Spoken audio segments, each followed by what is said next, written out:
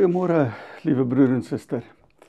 Ons het die voorreg om weer vandag na die woord van die Here te luister.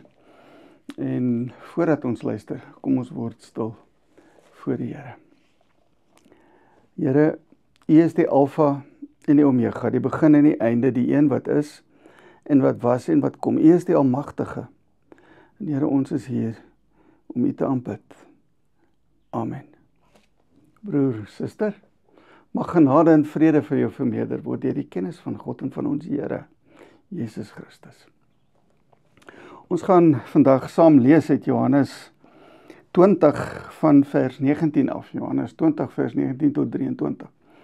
En wanneer 'n mens daardie gedeelte lees, sal jy agterkom is nou net nadat Jesus opgestaan het, is hy, soos Johannes het beskryf, dieselfde dag, die aand van die opstanding, die oggend vroeg. Onthou ons het die vrouens die leë graf gekry en het Johannes en Petrus gehardloop en het Johannes gesien dat die graf leeg is en dat die doeke opgerol lê eenkant.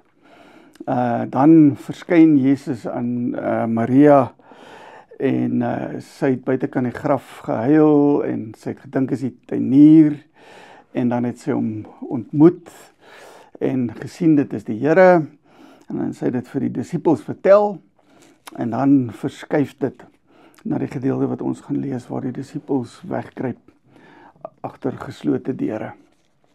Voordat ons lees, kom ons bid saam.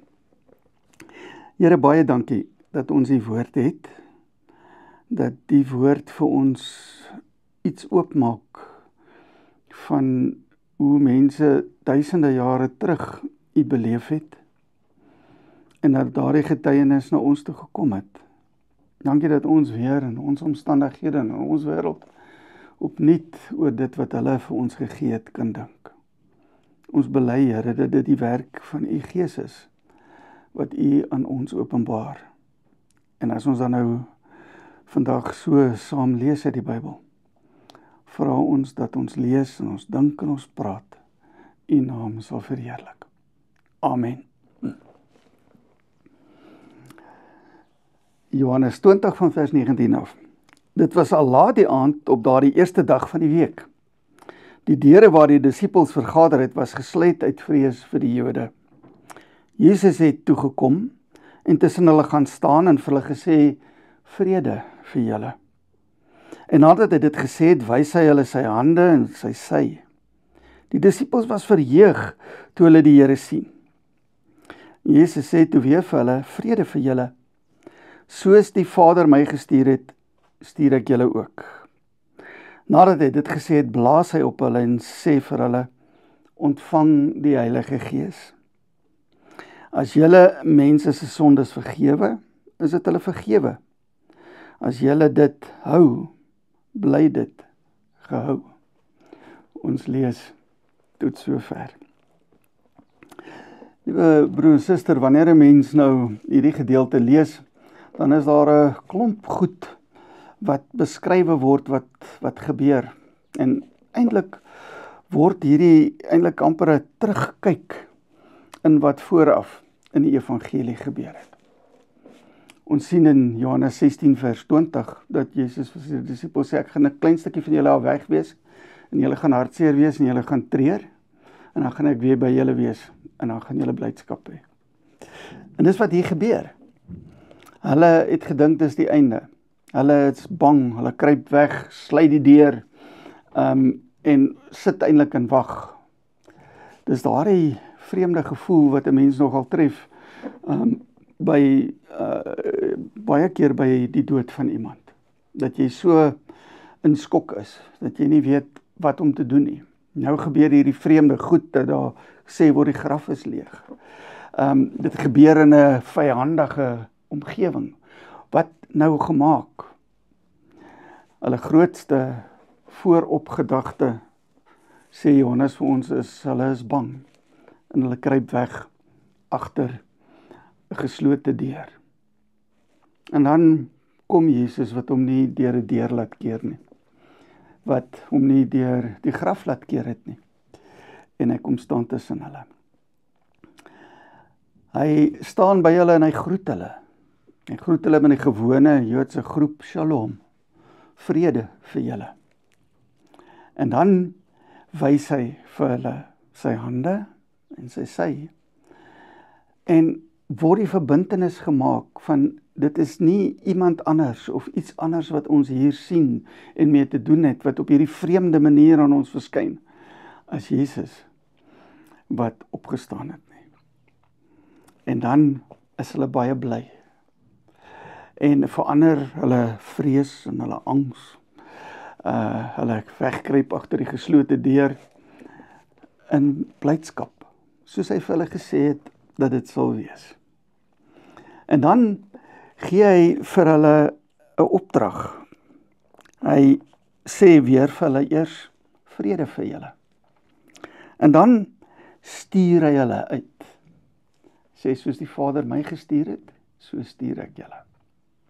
En dan kom natuurlik die inhoud van hierdie gestuurdheid, wat vir ons nogal vreemd op die oor val en waaroor ons nog sal praat. As ons kyk wat hier gebeur, is dit baie maklik om oppervlakkig te sê, wel, ek sukkel en ek's vasgevang in die gejaag van die wêreld en ek het baie onvrede oor goed en hier kom Jesus en hy kom in jou vrees in en hy gee vir jou vrede en alles is reg. Maar is dit waaroor dit hier gaan? As 'n mens mooi lees, lyk dit vir my nie so nie. Want wat hier gebeur is verrykend en groot. Jesus kom en soos Johannes dit vir ons beskryf, kom hier die Heilige Gees vir sy gemeente gegee word. Die Heilige Gees vir sy disippels. En nou kan 'n mens lees en sê, goed, so het die Heilige Gees vir die disippels gegee, wat het dit met my te doen? Maar dit pas in by Johannes se hele prentjie en hoe sy gemeenskap verder vorentoe gegaan het ook. En dit is dat Jesus iets begin wat hy sy disippels noem. Hy roep mense om hom te dien. En vir hierdie mense wat hy geroep het om hom te dien op 'n besondere manier, vir hulle gee hy die Heilige Gees. En dit is baie interessant dat die Heilige Gees nie vir elkeen van hulle gegee word nie, maar dat Jesus vir daardie gemeenskap die Heilige Gees gee. Dit beteken dat die Heilige Gees nie my persoonlike besit is nie. Die Heilige Gees wat in my leef in my omdat ek deel is van die kerk. Omdat God my geroep het en vir jou geroep het om deel te wees van sy kerk. En wie is die kerk? Die kerk is te onderskeie van die skare daar buite wat deur die kerk gedien word en wat die disippels gedien het. Die kerk is mense wat geroep is om disippels te wees. En vir hierdie mense wat geroep is om disippels te wees, gee God sy Gees as 'n gemeenskap, as 'n geloofsgemeenskap. En hy gee die Gees vir hulle nie dat hulle altyd moet lekker voel en nie moet bang wees nie en dan allerhande wonderlike goed vir hulle self kan doen nie. Hy gee dit vir hulle met 'n sekere doel. En hierdie doel is nie die einde nie. En ons moet dit baie mooi verstaan. Baie keer maak mense in hulle godsdiens van die Heilige Gees die ding waarna ek streef. Ek moet tog net gesalf wees met die Heilige Gees of dan moet en ek streef daarna. Net soos die vrede vir ons 'n ding kan word waarna ons streef en sê, as ek tog net vrede hê, so ek gaan godsdiens probeer en dalk gee dit vir my vrede. Nee. Die vrede loop saam met die Heilige Gees wat Jesus hier gee. Dis hoekom Johannes het so beskryf dat dit 2 keer gesê word. Ek gee vir julle vrede. Die eerste keer kon julle dalk gedink het ek groet julle net, maar hier gebeur nou iets meer. Ek gee vir julle hierdie vrede. Ek gee vir julle die Heilige Gees sodat dit iets moet doen, sodat dit verder moet gaan. En waarheen gaan dit dan verder? Dan gaan dit en loop dit oor in die opdrag. Soos die Vader my gestuur het, stuur ek julle ook. En dit sluit aan by 'n klomp gedeeltes in Johannes. Maar veral daar in Johannes 12 kry 'n mens dit nogal. Waar Jesus vir sy disippels sê, soos die Vader my gestuur het, stuur ek julle. En hier gebeur dit. Hy stuur hulle nie ontoegerus nie, hy het vir hulle die Heilige Gees gegee. Hy stuur hulle om iets te gaan doen. En dit is baie interessant dat baie mense nogal 'n kontroversie maak van om gestuur te wees of om te volg. En ek weet volgende jaar is ons tema in die gemeente om te volg op pad saam met Jesus. Maar op pad saam met Jesus sluit volg en stuur in. Ons kan nie 'n onderskeid maak nie. As hy my stuur, dan bly hy nie agter nie. As hy my stuur, is hy by my teenwoordig deur die Gees. En wanneer hy ons dan stuur as sy gemeente, dan stuur hy ons en wil hy eintlik vir ons sê, julle het al genoeg. En dan sê hy wat hulle gaan doen. Hy sê nie wat hulle moet doen nie. Hy vra nie, asseblief, doen dit nou nie. Hy sê eintlik vir hulle, ek het vir julle die Heilige Gees gegee, en nou gaan daar iets gebeur.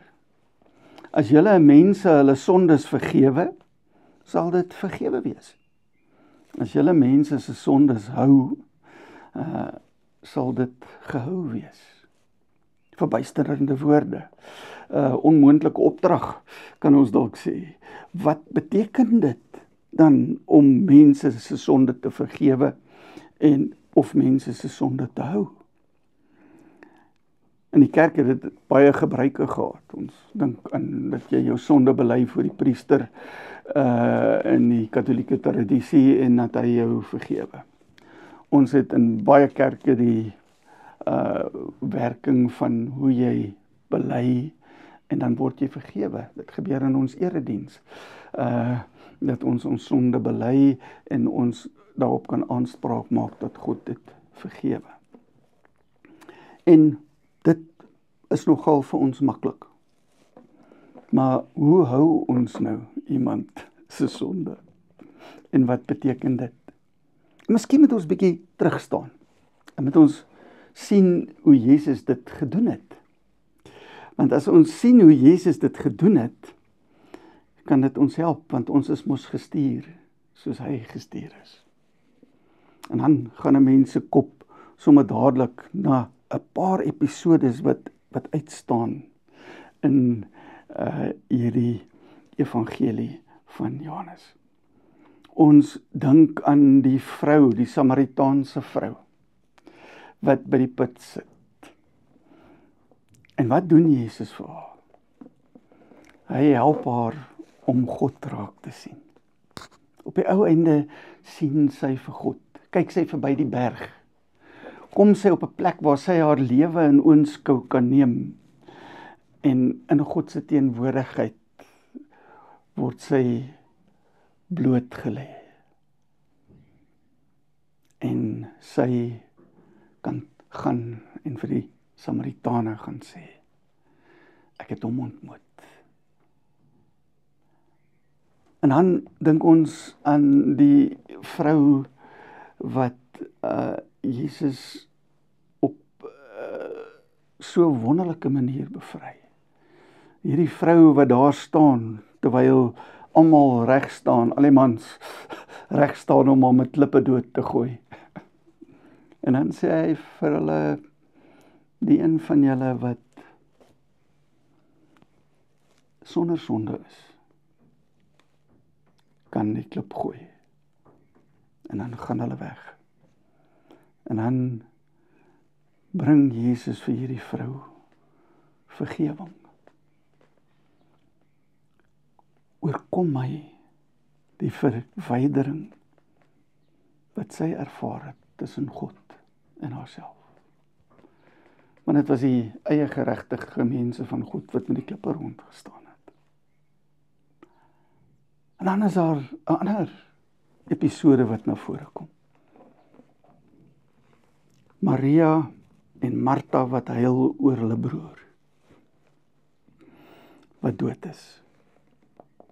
En as Jesus by hulle kom sit, dan is hulle albei se woorde aan hom as hy afsonderlik met hulle gepraat het, herhaal hulle hierdie selfe woord aan hom: Here, as U hier was, sou ons broer nie gesterf het nie.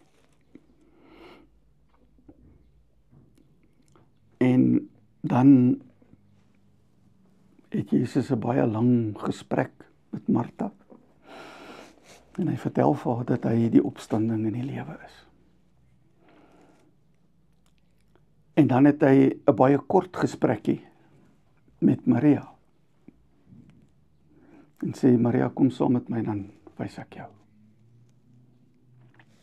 En hy openbaar God se grootheid aan haar.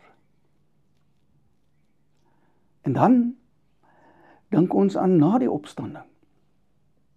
Die aangrypende gesprek wat Jesus met Petrus het. Petrus wat hom 3 keer verloon het. Petrus wat gedink het dat hy nie kan fouteer nie. Wat geglo het dat hy standvastig is en dat hy nooit die Here in die steek sal laat. Het self 'n swaard in sy mou weggesteek het. Om te dink ek sal hom verdedig. En toe dit op die punt kom, toe verloon hy Jesus. Nie 1 keer in 'n glipsie nie, 3 keer. En wat doen Jesus? Jesus gee hom weer sy werk. Jesus sê weer vir hom, gaan aan. En met hierdie paar episodes sien ons iets van Jesus wat mense vergewe. Sonde is in hierdie gedeeltes wat ons van gepraat het, vas te maak in sekere lewensoptrede en verloning en wat ook al. Maar dit gaan oor iets meer. Dit gaan eintlik oor 'n verwydering. 'n Verwydering van God wat Jesus uit die pad kom haal. Hy kom en daardie Samaritaanse vrou wat ver weg voel, ek is een van die Samaritane en nie een van julle goeie Jode nie, kan inkom. Daardie vrou wat deur die godsdienstiges doodgegooi gaan word en deur hulle veroordeel word, bevry hy. 2 vrouens wat sit voor die dood, wat hulle nie 'n antwoord voor het nie. Maak hy 'n wêreld, 'n nuwe wêreld vooroop. Petrus, wat gefaal het, vat hy weer in die hand. En hy beskryf daarmee wat hy kort in Johannes se evangelie vir ons sê. Ek het nie gekom om die wêreld te veroordeel nie, maar om die wêreld te red. Red beteken om naby aan God te wees. As jy gered is, of regverdig is, of hoe ons dit ook al beskryf, kan ons dit maar eenvoudig sê. Jy is in God se geselskap geplaas. Mense wat ver is, om watter rede ook al, kan weer die bevryding van God wat hulle nie veroordeel nie raak sien. En dis nou nogal 'n maklike deel van hierdie teks om oor te praat. Maar dan kom die ander kant, as julle mense hulle sonde hou, soos dit eintlik letterlik hier staan, dan sal dit gehou wees. Vir wie het Jesus hulle sonde gehou? As jy Johannes die evangelie lees, dan kom jy agter, dis die Jode. Hulle word daar beskryf in ons vertaling as die Jode, die Judeërs, die ouens van die tempel, die ouens wat veroordelend leef, die ouens wat ander mense nie God se goedheid gun nie, die ouens wat hulle self beskou as die hekwagters van wie by God mag wees en wie nie.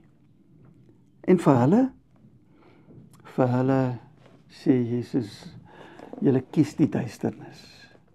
As julle in die duisternis wil loop, gaan julle in die duisternis bly. En dit is baie interessant dat Johannes se evangelie nogal hierdie beginsel van oordeel bring. En dit is dat die beginsel eintlik is dat mense nie deur ander veroordeel word nie, maar dat hulle self eintlik onder die oordeel bring. Maar wat beteken dit dan vir ons as gemeente van die Here, as sy mense, as disippels van hom? Dit beteken natuurlik dat ons hom moet volg in wat hy gedoen het. Dat ons die oordeel moet vervang met vryspraak. Dat ons mense wat nie verder kan sien nie, moet help om te kan sien. Mense vir wie God verduister is, moet kan help om God weer raak te sien. Partykeer is ons ook soos Petrus, soos die disippels wat agter die deur sit. En dan kom God na ons toe ook en sê vir ons, vrede vir julle. Ek gee my vrede vir julle sodat julle dit verder kan vat. Ek wys myself vir julle sodat julle my vir ander kan wys. Ek het gekies dat julle dit moet doen. Ek het nogal baie daaroor gedink in my lewe, hoekom doen die Here dit so moeilik? Hoekom gebruik hy mense, as ons net dink wie ons is, om hom in hierdie wêreld te vertoon? En ek moet sê, ek het nie heeltemal antwoorde oor nie. Maar dit weet ek, hy doen dit so.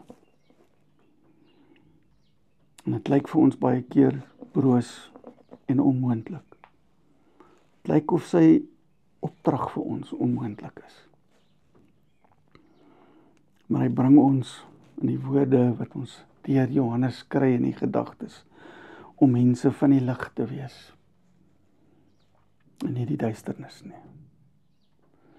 Om mense te wees wat sien en ander help om te sien, en nie blind deur die lewe te loop nie.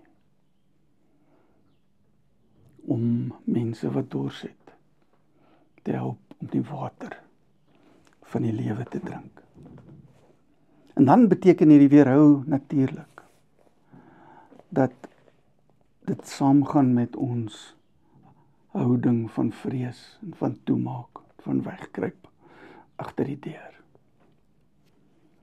En as Jesus agter ons deur inkom, dan sê hy vir ons as gemeente, kom uit agter die deur. Help mense om my raak te sien. Amen. Ons bid saam. Here, baie dankie dat ons weer hierdie woorde kan hoor. Ons moet hierdie woorde hoor, want baie keer raak ons so vasgevang in ons eie klein lewentjies. Dink ons dat U teenwoordigheid by ons eintlik maar net so is dat ons moet goed voel en dat ons moet goed gaan. En ons moet soms weer herinner word dat soos U deur die Vader gestuur is, U ons stuur. Help ons daarom, Here, om in hierdie wêreld lig te wees. Om in hierdie wêreld die dors te les. Om in hierdie wêreld mense te help om U te sien. Help ons om dit met ons dade te doen. Help ons om voortdurend die keuse te maak. Ons kan dit van U vra, want U het U Gees vir ons gegee. Ons wil bid vir hierdie wêreld. En as ons bid, dan sê ons eintlik, Here, ons wil in hierdie wêreld betrokke wees. Ons wil nie toelaat dat die duisternis die lig probeer oorwin nie. Heel in die begin van Johannes die Evangelie lees ons dat die duisternis probeer, maar dat die duisternis nie die lig kan oorwin nie. Help ons om in hierdie wêreld raak te sien waar U lig moet kom. En net soos U deur die Gees kan, help ons om dit te bring. Amen. Broer en suster, die Here wat sy vrede vir sy disippels gegee het, gee ook sy vrede vandag vir julle. Jesus het dit 2 keer herhaal. Vrede vir julle. Vrede vir julle. Amen.